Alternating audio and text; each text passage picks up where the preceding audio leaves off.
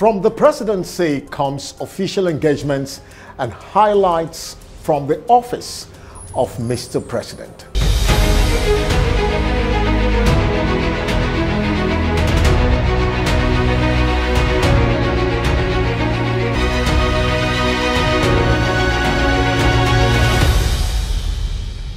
President Muhammadu Buhari on Thursday in Abuja met with representatives of victims of the Kaduna train abduction, assuring them that the federal government is doing everything within its power to ensure the safe return of the remaining captives, condoling with the families of the victims and those who lost their loved ones. The president said since the terrible and cowardly attack by the criminal elements on March 28, 2022, the nation had joined them to endure the period of difficulty and emotional pains. The president told representatives of the families that in the immediate aftermath of the incident, several actions have been taken by government to bring succor to the affected families and prevent a reoccurrence in the country. He, however, assured safe return of the remaining abductees. It remains our solemn commitment, as demonstrated publicly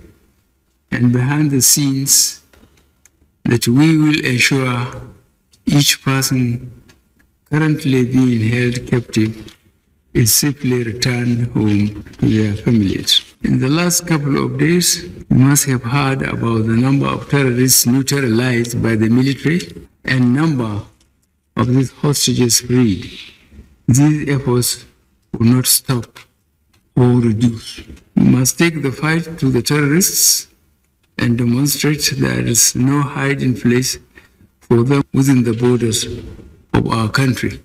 President Muhammadu Buhari has reversed his authorization of Seplat Energy's takeover of ExxonMobil's shallow water business in Nigeria, throwing his weight instead behind the regulator's decline of the $1.3 billion transaction. It was reported the president decided the position of the Nigerian Upstream Petroleum Regulatory Commission, NURPC, is to be supported, and the earlier confusion was because various agencies involved in the decision had not coordinated well among themselves. Spokesperson to President Muhammadu Buhari, Mr. Adesina, said Mr. President initially approved the transfer in his capacity as the Minister of Petroleum Resources, and the approval was in consonance with the country's drive for foreign direct investment in the energy sector and considering the extensive benefits of transaction to the Nigerian energy sector